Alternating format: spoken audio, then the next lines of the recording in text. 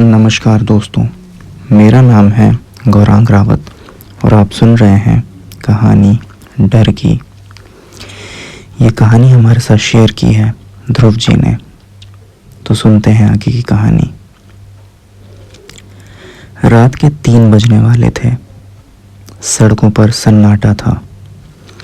कहीं कहीं street lights टिमटिमा रही थीं और ठंडी हवा पेड़ों की शाखाओं को झकझोर रही थी।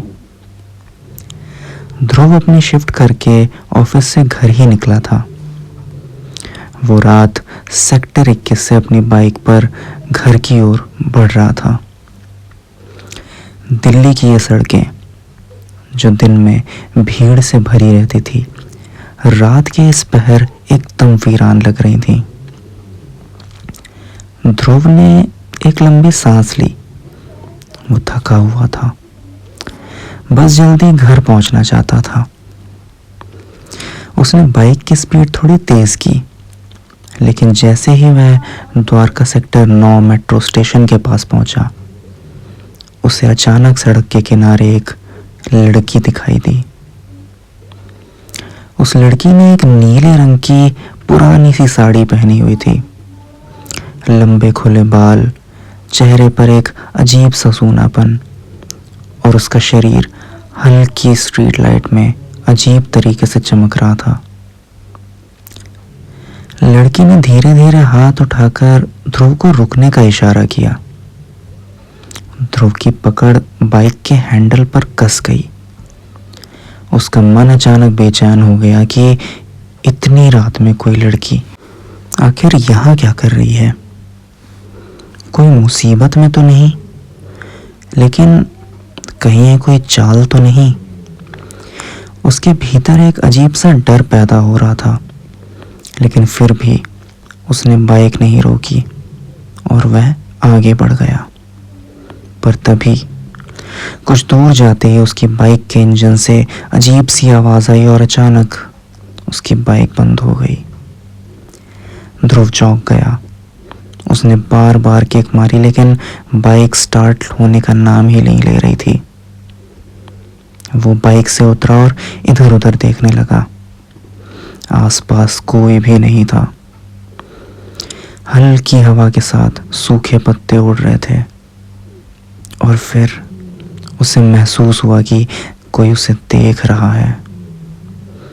उसने धीरे धीरे सर उठाया और सड़क के किनारे एक सूखे पेड़ की ओर देखा। वहां देखते ही उसकी सांस रुक गई। वही लड़की नीली साड़ी में पेड़ के पीछे खड़ी थी और बिना पलक झपकाए उसकी ओर ही देख रही थी। उसके होठों पर एक हल्की मुस्कान थी, लेकिन उसकी आंखें एकदम खाली और ठंडी थी। ध्रुव का पूरा शरीर कांप गया। उसने अपनी पूरी ताकत लगाकर बाइक के इंजन को स्टार्ट करने की कोशिश की और अचानक बाइक स्टार्ट हो गई।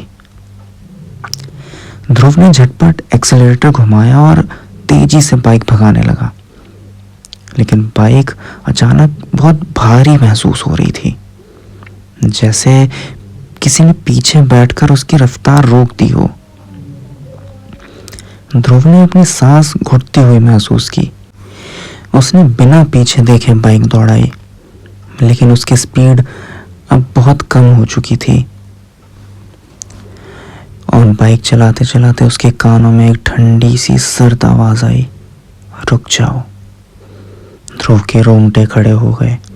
ध्रुव ने अपनी बाइक वहीं पर छोड़ी और दौड़ लगाना शुरू किया, पर अब उसके पैरों में भी एक भारीपन महसूस हो रहा था।